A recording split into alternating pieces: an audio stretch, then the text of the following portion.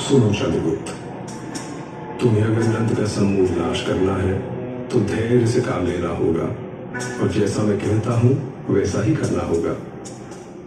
भूखे को अगर थाली की गर्म खिचड़ी खानी हो तो बीच में कभी हाथ नहीं डालना चाहिए। इससे हाथ तो जलता ही है, मुंह भी जलेगा और पेट में छाले पड़ जाएंगे। इसलिए चंद्रगुप्त, खिचड़ी को किनारे से खाते हुए बीच की ओर बढ़ो। इस तरह बिना खुद को आहत किए तुम आखिरी दाने तक को खा सकते हो। ठीक उसी प्रकार तुम्हें नंद के राज्य पर विजय प्राप्त करनी है। मेरे बताए मार्ग पर चलो। वो समय दूर नहीं जब सत्ता का केंद्र तुम्हारे हाथों में होगा। तुम अधिपति बनोगे। चंद्रगुप्त ने कौशल बढ़ता चला। इन प्रदेशों को तेजी से अपने कब्जे में करता सिंधु नदी तक जा पहुंचा। उसकी नजर सिंधु पार के इलाकों पर थी, लेकिन वहां शासन था सिकंदर के सेनापति सेल्यूकस निकेटर का। चंद्रगुप्त रुक गए। उनकी नजर मध्य भारत पर पड़ी।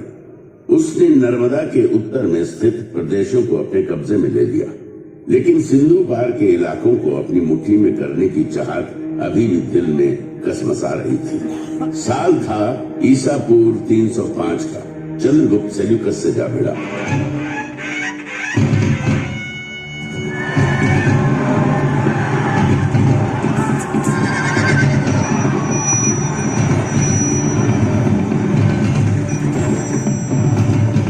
लंबी चली लड़ाई में जीत चंद्रगुप्त के नाम हुई और उसने सेल्यूकस को हरा सिंधु के बड़े भूभाग पर कब्जा जमा लिया।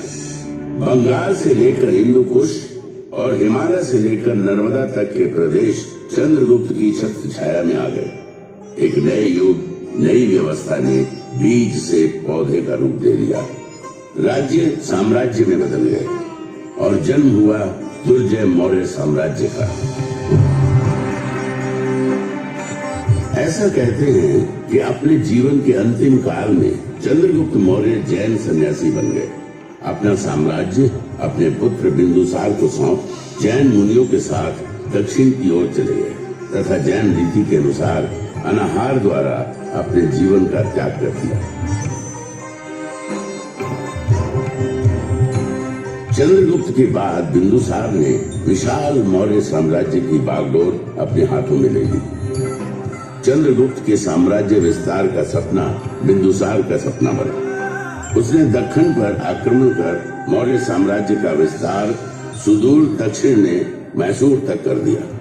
उसने बंगाल की खाड़ी और अरब सागर के बीच के समस्त प्रदेशों को जीतकर मौर्य साम्राज्य के अधीन कर लिया। भारत के विशाल भूभाग पर मौर्य के रथ की विजय पताका लहराते दौड़ने लगी। लगभग सारा उपमहाद्वीप मौर्यों के कब्जे में आ गया। सिर्फ एक क्षेत्र था जो अब भी उनकी पहुंच से बाहर था। वो था पूर्वी तट कलिंग। कलिंग आजाद अविजित था। उसने विजयी मौर्य रथों को अपनी सीमा में घुसने नहीं दिया था।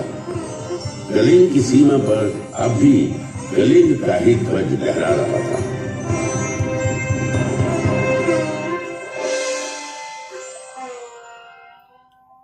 जन्म लिया बालक अशोक ने। अशोक के जन्म और उसके पराक्रम की भविष्यवाणी महात्मा बुद्ध ने पहले ही कर दी थी।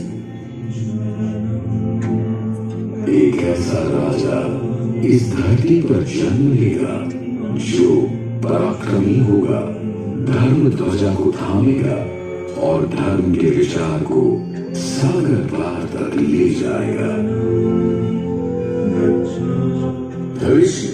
अशोक की राह देख रहा था। अपने कई भाइयों में छोटा अशोक मेधावी था। गुरुओं की बताई बातों को फौरन समझ लेता। शस्त्र चलाने का खेल उसे खूब भाता था। दुश्मन के वार से किस तरह बचना है, शत्रु को कैसे अपनी तलवार के नोक के नीचे लाना है, ये कला उसने बचपन में ही सीखी थी। शस्त्र कला के अभ्यास में वो अक्सर अपने बड़े भाई सुसीम को परास्त कर देता था।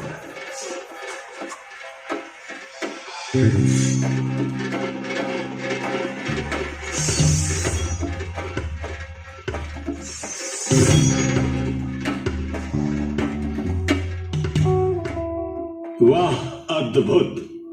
अशोक मेरे पुत्र, तुम्हारा भाई सुसिम राजकाज में रुचि लेना प्रारंभ करो पुत्र। बिंदुसार ने अपने छोटे पुत्र अशोक को राजकाज के कामों में लगाया। उस प्रांतों को नियंत्रित करने के कार्य में लग गया। अपने साहस, बुद्धि और नियंत्रण करने की अद्भुत क्षमता ने अशोक की लोकप्रियता में चार चांद लगाना शुरू कर दिया। अशोक की बढ़ती प्रसिद्धि और प्रांतों को नियंत्रित करने की क्षमता से जहां एक तरफ बिंदुसार का भरोसा अशोक के प्रति बढ़ता जा रहा था, वहीं युवराज सुसीम का भावी सम्राट बनने का भरोसा डगमगाने लगा। युवराज होने के बावजूद अशोक उसे प्रतिद्वंदी की तरह नजर